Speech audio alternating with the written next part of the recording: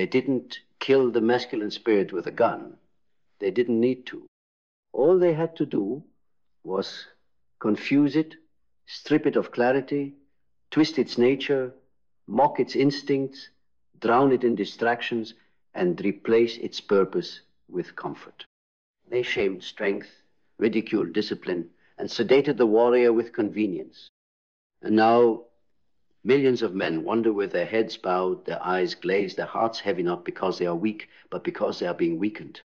Not because they are lost, but because they've been deliberately misled. This isn't a random crisis. It's an architecture of confusion, a cultural surgery, an intentional dismantling of everything that once gave the masculine soul its fire. If you are a man today, and you feel like something is off, as if you're chasing pleasures that don't satisfy, as if you're shrinking while pretending to be strong, as if your spirit is stuck in some invisible fog, you are not alone. You are standing in the aftermath of a war you didn't know was being fought. You were born into a battlefield dressed up like paradise. But look closer and you'll see the damage. The father erased, the role reversed, the instinct pathologized, the voice silenced, the identity blurred beyond recognition. You were taught to question your nature, apologize for your fire, and bury your hunger under a smile. Meanwhile, they handed you porn and called it freedom, pills and called it healing, distractions and called it happiness. But how do you liberate a man by removing his spine? How do you heal him? By numbing his soul. This is not evolution. This is engineered extinction. And the target isn't just youth, it's the masculine essence itself. Why? Because when a man is aligned, when he sees clearly, when he remembers who he is dangerous. Not to women, not to society, but to the systems built on sedation and control. A man with conviction cannot be manipulated. A man with vision cannot be pacified. A man with inner order does not need external permission. He leads, he protects, he builds. He commands not through dominance, but through presence. And they are terrified of that. So they created a counterfeit masculinity, one that is loud but hollow, attractive but aimless, built for attention, not impact. And they handed it to you like a costume. Wear this, act like this, desire this, and never ask who you really are. Because if you ever dared to ask, if you ever paused long enough to see the truth, the illusion would collapse. You would realize that the masculine crisis isn't internal confusion, it's external conditioning. Masculinity was never about aggression. It was about direction. It was never about control. It was about clarity. It was never about dominance. It was about grounded, embodied presence. A man rooted in truth doesn't need to shout. He doesn't need to chase. He becomes the mountain in the storm. He speaks through silence. His life becomes the answer. And to become that man again, to embody that ancient clarity, you must be willing to die. Not physically, but psychologically.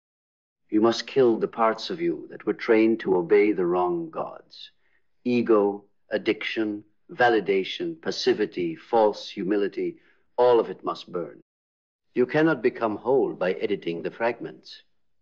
You must become new. You must stop treating your instincts as sickness. You must stop fearing your own power. The world told you to shrink, to play safe, to be agreeable, to seek permission. But the truth is, you were not made to be liked. You were made to be aligned. And alignment is offensive to a world built on lies. When you walk in alignment, you trigger the asleep. You threaten the false. You expose the weak. That is why your confusion was engineered so you'd never rise. But here's what they can't destroy.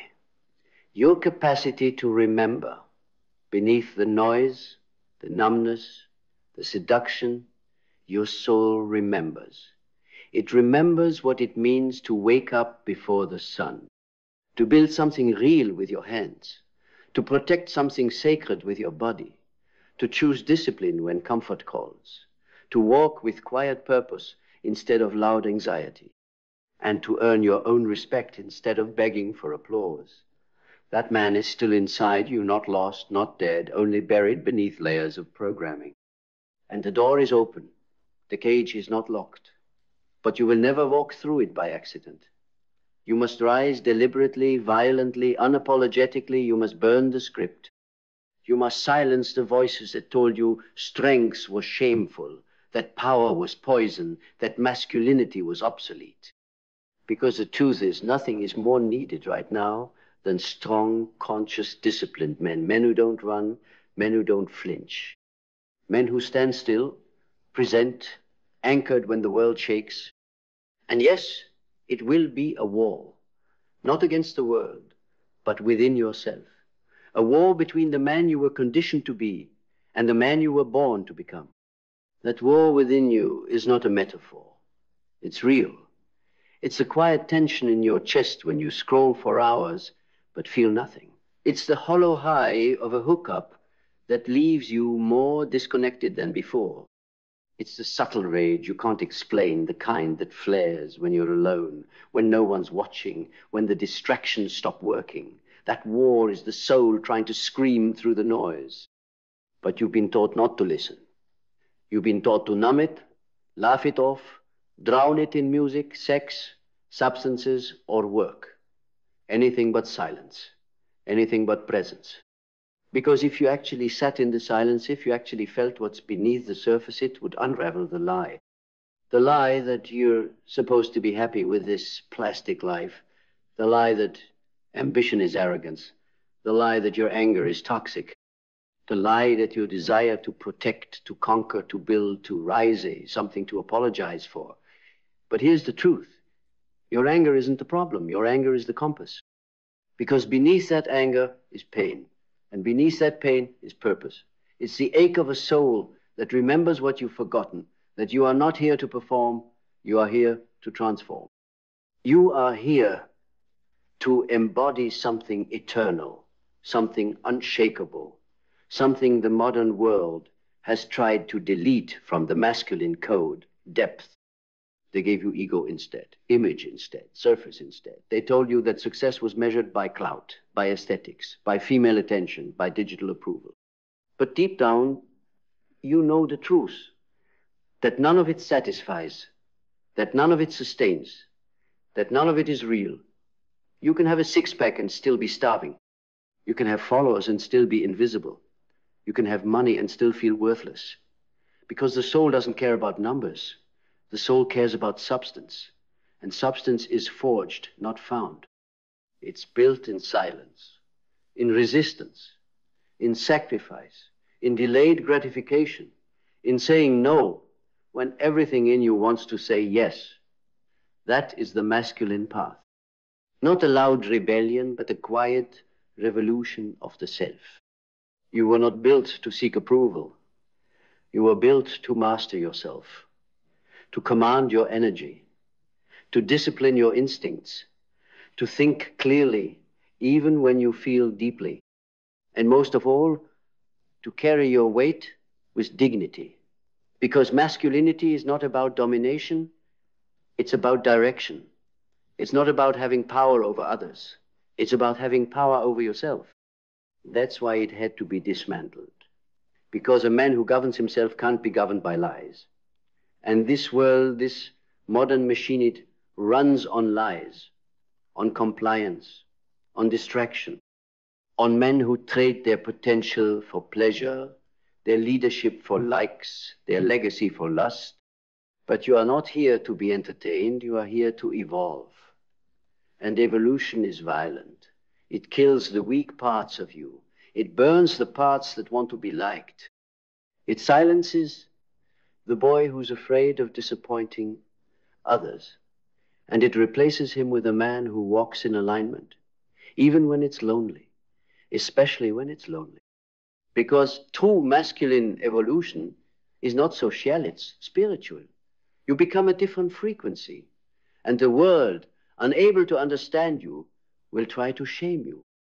They'll call you too intense, too cold, too aggressive, too rigid, too independent, too serious. But that's only because you remind them of what they abandoned. You remind them of the father they resented, the discipline they escaped, the mirror they can't face. So you must stop asking for understanding. Stop chasing validation. Stop diluting yourself for people who profit from your confusion. Because the truth is this: nobody is coming to save you. Not society, not a woman, not your boss, not your government, not even your mentor. The masculine path is one of sovereign rebirth. No applause, no permission. Just clarity, commitment, and consistency when no one's watching. That is how power is built. That is how legacy is forged. That is how you rise not once, but daily. And you don't rise by accident. You rise by ritual, by deciding that your habits will align with your values, that your words will match your actions, that your thoughts will be filtered through truth, not impulse, and that your body, your temple, will no longer be a landfill for weakness, because everything about you is either building your mission or betraying it. There is no neutrality. Every choice is a vote. Every action is a brick. And your life is your architecture. What are you building? A fortress or a prison? Most men today are not building anything. They're wandering in circles, feeding the algorithm, consuming other men's courage while never developing their own. But here's the uncomfortable reality. If you are not creating, you are being consumed. If you are not leading, you are being led. If you are not mastering yourself, someone else is. And they are not doing it for your benefit. They are doing it to keep you comfortable, compliant, and dependent. That is the real slavery. Not chains, not whips, but comfort without purpose, pleasure without sacrifice, stimulation without substance. That is how empires fall. Not through war, but through softness, through men who abandon their edge, through kings who forget their kings. And you, whether you believe it or not, were born to wear a crown, not of gold, but of responsibility, not of status, but of structure, not of applause, but of alignment. That crown is heavy. It's forged in solitude. It requires clarity, restraint, and conviction. But it is the only thing worth carrying.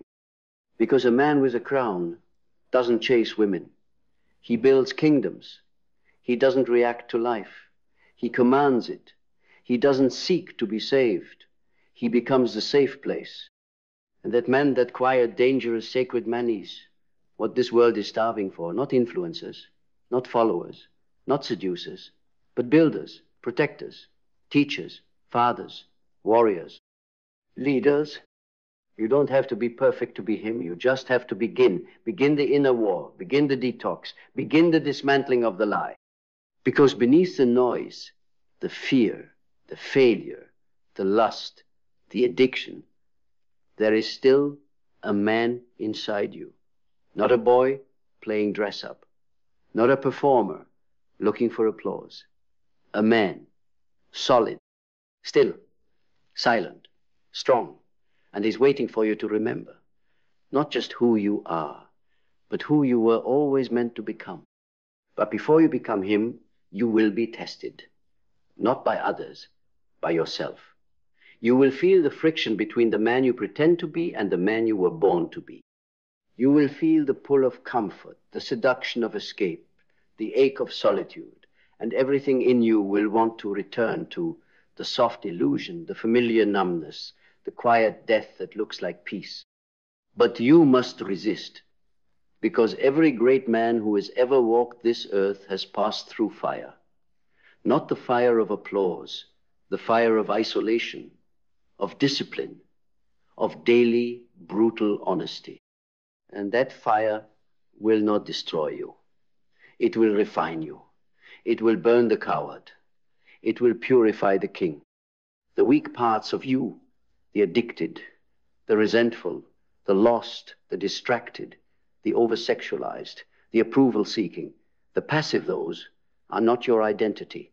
They are infections, programmed by culture, reinforced by fear, fed by habit, but they are not you. They are parasites you've mistaken for personality. You can kill them. You must. Because if you don't, they will keep you small. They will steal your years. They will sedate your soul until you wake up one day surrounded by cheap victories, wondering why no one respects you, especially you. And in that moment, the world won't tell you the truth. It will offer more anesthesia, more noise, more women to chase, more content to consume, more distractions to numb the ache. But the ache is holy. It is the birth cry of a man becoming. It is the soul saying, there is more to you than this. It is the masculine memory stirring in your bones, remembering who you were before they made you forget, before they told you to smile more, to sit still, to be safe, to be passive, to be easy to control. But the true masculine is not safe. It is sacred. It is the force that builds civilization and protects the innocent. It is not the villain. It is the shield. It is not the tyrant. It is the order that keeps chaos from devouring everything. And when it disappears, the world does not become peaceful. It becomes lost, fatherless, disoriented, loud with noise but starved for direction. Because masculinity, when rightly aligned, is not oppressive, it is oxygen. It holds the structure. It builds the spine. It says, I will go first. I will carry the weight. I will take the responsibility no one else wants. And that spirit, the spirit of the sacred masculine, is not taught in schools. It is not found in trends. It is not celebrated on social media because it cannot be commodified. It cannot be controlled. It is not trendy. It is eternal. It speaks in silence. It moves in stillness. And its presence changes everything. A man like that walks into a room and people feel it. Not because of what he wears, not because of how loud he is, but because of how little he needs to prove. He does not chase. He attracts. He does not bark. He commands. He does not inflate. He embodies. But to embody that, to live from that place, you must pay a price. You must suffer the death of the boy, the death of the performer, the death of the ego, the death of the part of you that still thinks pleasure equals power, that still believes a woman's approval is your identity, that still runs from boredom because you've never built the inner frame to sit with yourself. You must outgrow that phase. You must stare into your own weakness without flinching, not with shame, but with resolve. Because every boy must become a man, and every man must decide what kind of legacy he will leave behind. Not someday, now, because your habits are your legacy. Your rituals are your legacy. The discipline you build in secret is your legacy. And if you want to change the world, you must first change the world within. You must become the man who could walk alone and not lose his way, who could be tempted and still choose truth, who could be hated and still lead with principle, who could be betrayed and not collapse. That is what strength means, not muscles, not aggression, not dominance. Strength means composure. It means clarity in chaos. It means conviction when everything is shaking. And it means being the one who does not fold when others do. And when you become that man, when you rebuild your spine, rewire your mind, reclaim your soul, everything changes. Not overnight, but gradually, silently, powerfully. You no longer look to others for permission. You no longer seek to be chosen. You become the chooser. You become sovereign. Your energy changes, your presence changes. People feel it. Women respond differently. Men respect you differently. Not because you force it, but because you finally became it. And what you become will speak louder than anything you say. That is why this journey is so sacred. Because the masculine identity crisis is not just a personal tragedy, it's a collective one. When men forget who they are, the world suffers. When men rise, everything rises with them. Communities change, families heal, chaos is subdued. Not because someone shouted, but because a few men chose to walk with unshakable clarity. You can be one of them, but you must choose it. You must choose to go deeper, to think for yourself, to feel with courage, to say no when others beg for yes, to wake up when others sleep, to lead when others hide, to stand alone if necessary. Because that's what kings do, that's what fathers do, that's what leaders do, and that's what the sacred masculine does, not for applause, not for validation, not to feel special, but because it is who he is. And when a man truly becomes who he is, the war ends. Not because there's no more chaos, but because he has become the calm inside it. But before that calm becomes permanent, you will be tested again. The world will not celebrate your rebirth. It will try to drag you back. It will whisper the old temptations in a new tone. It will disguise slavery as love, chaos as freedom, passivity as peace. You will see friends mock your clarity. You will feel loneliness when you stop chasing what everyone else chases. You will feel the sting of rejection, not because you are wrong, but because you no longer fit the mold. The world does not reward awakening. It fears it, because a man who wakes up is no longer a customer, no longer a puppet, no longer a passive cog in a machine designed to keep him small. And they don't want you to be small for no reason. They want you small because a man who stands tall casts a long shadow. He makes mediocrity uncomfortable. He exposes illusions just by being real. His focus shames their distraction. His self-respect confronts their codependency. His order reveals their inner chaos. So they will call you names: misogynist, arrogant, cold, controlling, rigid. But what they're really saying is, you make me uncomfortable because you remember what I forgot. Do not shrink. Do not explain.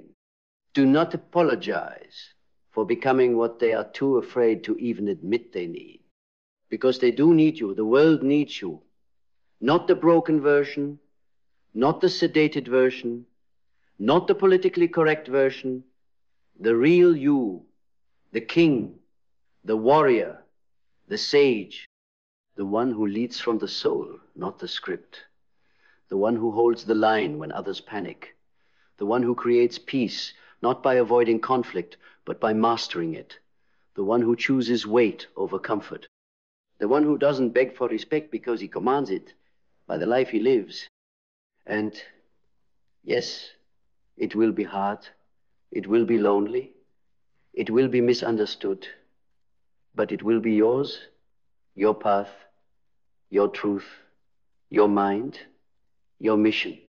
That is what the engineered crisis was designed to steal. Your ability to author your own life. They fed you so many ideas about what a man should be that you forgot to ask who you are when no one's watching. But now you remember, or at least you're beginning to. And from that memory comes responsibility. Not the kind imposed by culture, the kind whispered by the soul. The responsibility to live as if your existence is sacred, to walk as if your ancestors are watching, to act as if your sons are learning from your every move, because they are. Whether you know it or not, you are shaping the next generation by how you show up right now. Not someday, today. In your discipline, in your restraint, in your decisions when no one's looking. That is where the masculine identity is restored, not in loud declarations, but in quiet daily choices. In how you speak to yourself, in what you say no to, in what you build in the dark when no one claps. There is no ceremony for this, no medals, no cheers, just a new frequency, a deeper peace, a sharper mind, a cleaner conscience, a fire that doesn't need to prove itself anymore, because you will have become the man you once dreamed of. And not by chasing him, but by removing everything that isn't him, by burning the false selves, by grieving the wasted time, by reclaiming your breath, your posture, your gaze, your word. And one day, without realizing it, you will look in the mirror and see a man who no longer flinches, no longer chases, no longer needs permission, because he remembers what it means to walk with sacred weight, to protect without fear, to speak without noise, to move without rushing, to serve without expecting, to lead without pride. And that remembering is the death of the engineered lie. It is the resurrection of the masculine soul. And when that soul rises, everything around it changes. Environments shift. Standards rise. Women respect it. Children feel safe near it. Chaos retreats from it because it has returned, not as a trend, not as a slogan, as a presence, a frequency, a force. Not loud, not arrogant, not performative, just real, still, grounded, clear. And that kind of man, that kind of masculinity is the most rebellious act in a world built to erase him. Because you cannot control a man who knows who he is. You cannot manipulate a man who fears nothing but living a lie. You cannot seduce a man who already has depth. And you cannot shame a man who has burned everything false inside him. That is your destiny. Not fame, not applause, not image, depth, integrity, peace, power, the kind that builds legacies in silence. That carries generations without complaint. That walks into rooms and shifts the atmosphere without saying a word. But make no mistake, this is not a return to some nostalgic, outdated version of masculinity. This is not about reclaiming power for domination. This is about integration, about becoming whole, about taking the raw, ancient fire of the masculine and channeling it with wisdom, not repression, not suppression, but refinement, evolution, transformation. This is not about becoming someone new. It's about becoming fully who you always were, before the world hijacked your instincts and turned your soul against itself. The masculine identity crisis wasn't just engineered to keep men weak, it was engineered to keep men disconnected from meaning. Because a man connected to meaning is dangerous. He doesn't waste energy. He doesn't argue over nonsense. He doesn't live for approval. He moves with precision. He protects with conviction. He builds with endurance. He speaks only when the silence won't serve. That man cannot be seduced by chaos. He creates order with every step. And when enough men become that, when enough men reclaim that inner alignment, the culture shifts. The confusion fades. The next generation is spared the curse of fatherlessness, not just in the home, but in the soul. Because the father archetype isn't just a man in a house. It's the principle of structure, of sovereignty, of silent power. And that principle has been missing not just in society, but inside of you. That's why nothing feels stable. That's why your heart aches when you don't even know why. That's why you feel lost even when life looks good. Because deep down, you know what's missing. The father within you, the one who says no when pleasure calls, yes when responsibility knocks, I will. When everyone else waits for motivation. The one who doesn't collapse when others do. The one who holds the damn line. You were never meant to be agreeable. You were never meant to be tame. You were never meant to be soft and palatable to a world that profits from your passivity. You were meant to carry weight. You were meant to embody truth. You were meant to be forged, not pampered, treed, not coddled, built, not medicated. You were meant to be the mountain in a world of shifting sand. So stop apologizing, stop explaining, stop negotiating your nature for temporary acceptance. You don't need more validation. You need more alignment. You don't need more strategy. You need more sovereignty. And that sovereignty doesn't come from books or trends or self-help jargon. It comes from choosing. Choosing presence over noise, honor over convenience, Self-respect over validation. It comes from facing your demons, naming them, and crushing them beneath the weight of your discipline. It comes from saying, I will not be another casualty of comfort. I will not be another man who forgets himself. I will not die with my fire still in me. Because yes, this culture was designed to extinguish your fire, but it only wins if you let it.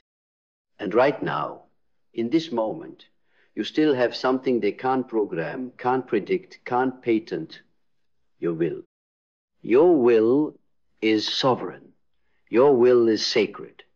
Your will is yours. And when that will aligns with purpose, with clarity, with legacy, nothing can stop you. You become a force, not a product, not a puppet, not a ghost in a machine, but a force that bends life back into meaning. And that is masculinity. Not a costume, not a performance, not a slogan. A sacred force that shapes reality by embodying order, discipline, restraint, clarity, strength, silence, and soul. A man like that cannot be broken. A man like that cannot be seduced. A man like that does not need to shout. His existence is the sermon. So now you have a choice. Stay sedated. Stay distracted. Stay trapped in the engineered loop of lust, confusion, and empty dopamine, or rise. Bleed for clarity. Burn for alignment. Rebuild your body. Rewire your mind. Reclaim your word. Let your habits speak. Let your posture preach. Let your silence pierce the noise of a weak, screaming world. Because when one man returns to himself, 1,000 others feel it. Masculinity is not gone. It's been sleeping. And today, it wakes up. Not for domination, not for war, but for truth. For weight, for presence, for the sacred honor of becoming everything this culture told you to forget. So reason now with rage, but with reverence. Not with noise, but with discipline. Not to be seen, but to see clearly. Because the storm is here. The war is real. But the warrior has remembered, and he is no longer asking for permission. And now everything is quiet. The noise has faded. The masks have fallen. And you are left with a mirror, not the kind that shows your reflection, but the kind that shows your essence. No filters, no performance, just you and a question. Who will you become when there is no one left to impress? Because that's where it all begins, not in the eyes of others, but in the silence of your own soul. In the moment when the world's expectations dissolve, and all that remains is the weight of your breath, the rhythm of your heart, the fire you thought had gone out, still burning, low and quiet and eternal. You see, this was never about becoming something more. It was about returning to something ancient, something sacred. The part of you that never needed permission. The part that doesn't shake when others judge. The part that knows, even if no one understands, even if no one sees, you are still called to rise, to walk the harder path. To be the man who chooses truth when it costs him everything. The man who protects what is holy, who speaks less but means more, who lives so deeply in alignment that his presence alone becomes a lighthouse in a storm of confusion. And it won't be glamorous, it won't be easy, it won't be loud, but it will be true. And truth is enough. Because when you live in true thievery, step becomes prayer. Every silence becomes power. Every breath becomes presence. And suddenly, you no longer chase. You no longer beg. You no longer shrink. You simply are. Whole, steady, grounded. Not perfect, not polished, just free. And freedom, brother, was never the absence of chains. Freedom was the presence of self. So return to yourself. The self before guilt, before confusion, before the script they gave you. Return not as a boy in search of approval, but as a man on fire with clarity. Because the masculine identity was never truly lost. It was waiting, and now, so are they. Your sons are watching. Your women are watching. Your brothers, your enemies, your future, your legacy, they are all watching. And none of them need you to be perfect. They just need you to remember. So walk, not with noise, with weight, not with force, with presence, not with pride, but with the quiet, unshakable conviction of a man who finally knows who he is. And now that you remember, never forget again.